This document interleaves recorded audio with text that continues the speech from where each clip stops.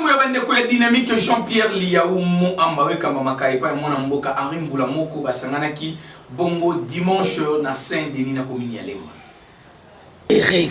Dikambo na multiplication ezali kosalemaka chaque dimanche awa na Dejupel Moamba dynamique Jean-Pierre Liaou Moamba oyo eza kokumbama epa ya l'homme du terrain le coordonnateur urbain Henri Mbula moko ndenge bozali komona en tout cas salle ezalaki pleine à craquer en tout cas pour na réunion na bango ya dimanche 29 janvier oyo boye bako basolo laki toujours na makambo oyo etali asbel na bango ba beta ki sete na likambo oyo etali mutu nyonso esengeli akende ko s'enrôler po ezali devoir moko oyo citoyen congolais nyonso esengeli aiba na kosala boye bapeli susu ke bandeko ebele bayaki kokota lisusu na lisanga oyo ya Dejupel Moamba ba adhésion esalemaki bolanda mo extrait na yango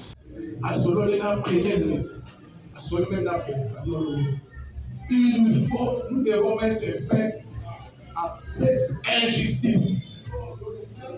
L'année passée, plus de 52 000 agents mécanisés. Cette année, on a déjà mécanisé, oui, on va mécaniser au moins 100 000 personnes. Yakoye bezali que dynamique Jean-Pierre Liaou Moamba eza ko continuer ko bota ba cellule ebele ndenge boza komona bandeko oyo batelemi bautaki bongo na commune ya Limete na quartier Mumbele misusu bautaki na commune ya Ngaba bango moko balobaka effet boule de neige multiplication c'est multiplication kasi na suka na yango en tout cas bondi melanga ki réunion oyo esilaki na kimia quelques jeunes na ba maman balobaki na Molangai de Dali Mawaba, Naza président de jeunesse éveillée consensuelle, jeune comme sigle. Aux alliés structure membre dynamique Jean-Pierre Liaou au Bengi Dejupel.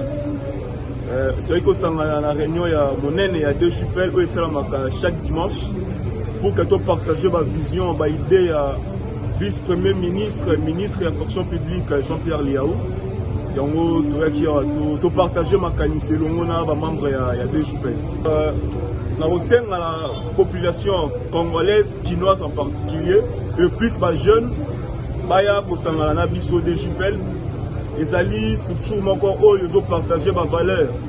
Structure moko oyo zo sangala yo chama canisse pour l'intérêt général ya mboka. To tamboli na ba parti politique ebele, to landi ba terre politique ebele.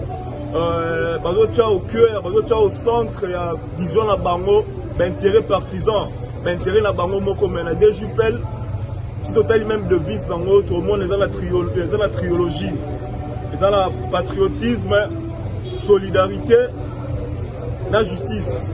Donc, il y a qui pour assister à la réunion de Dejupel, comme prise de contact, la bande qui n'a pas de Goya. Notre connaissance, notre vision, notre philosophie, la dynamique Jean-Pierre Liaou, et Kambami na autorité morale, oh my muto, my Hélène Dimama, Congo Mobimba, ma bien avec le cerveau d'État.